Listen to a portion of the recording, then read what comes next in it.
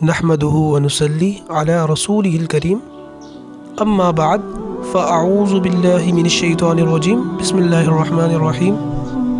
معزز حاضرین کرام، آج میں آپ کے سامنے اس ذات اقدس کی وصیتوں کا تذکرہ کرنے آیا ہوں جن کی زبان سے نکلا ہر لفظ ہدایت ہے، ہر بات رحمت ہے اور ہر حکم دنیا و آخرت کی کامیابی کی ضمانت ہے۔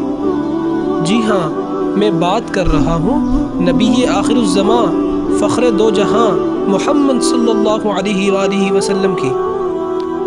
حضرت علی رضی اللہ عنہ فرماتے ہیں کہ حضور صلی اللہ علیہ وآلہ وسلم نے مجھ سے فرمایا، اے علی، میں تمہیں 6 باتوں کی وصیت کرتا ہوں۔ پہلی وصیت، سچ بولنا۔ نبی پاک صلی اللہ علیہ وآلہ وسلم نے فرمایا، سچائی نجات ہے، سچ وہ چراغ ہے جو اندھیروں میں راستہ دکھاتا ہے۔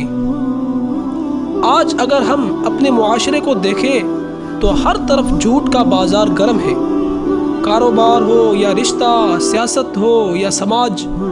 اگر ہم سچائی کو اپنا لیں تو یقین جانیے ہمارے مسائل خود بخود حل ہو جائیں گے۔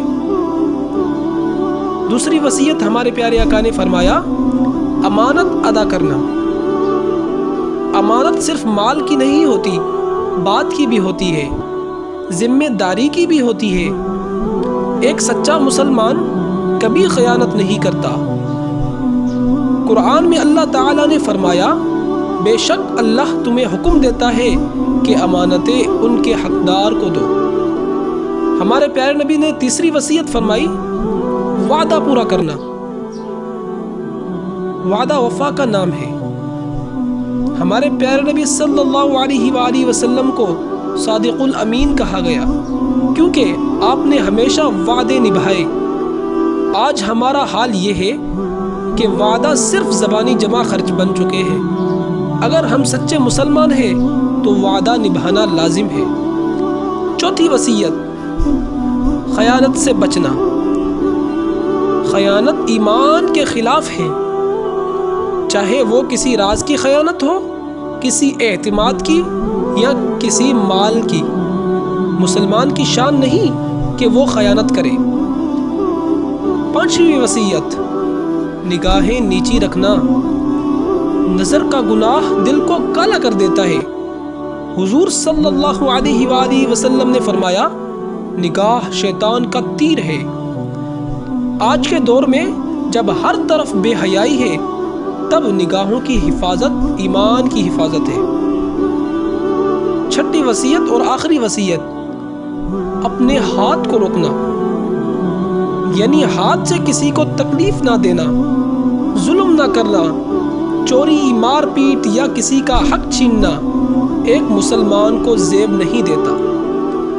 ہمارے پیارے نبی صلی اللہ علیہ وآلہ وسلم نے فرمایا، مسلمان وہ ہے جس کی زبان اور ہاتھ سے دوسرے مسلمان محفوظ رہیں۔ تو میرے پیارے بھائیوں، یہ 6 وصیتیں دراصل ایک مثالی مسلمان کی پہچان ہے۔ اگر ہم صرف ان 6 اصولوں کو زندگی میں اپنا لیں تو نہ صرف ہمارا معاشرہ سنور سکتا ہے بلکہ ہم دنیا و آخرت میں کامیاب ہو سکتے ہیں۔ اللہ تعالی ہمیں نبی کریم صلی اللہ علیہ وآلہ وسلم کی ان وصیتوں پر عمل کرنے کی توفیق عطا فرمائے، آمین یا رب العالمین۔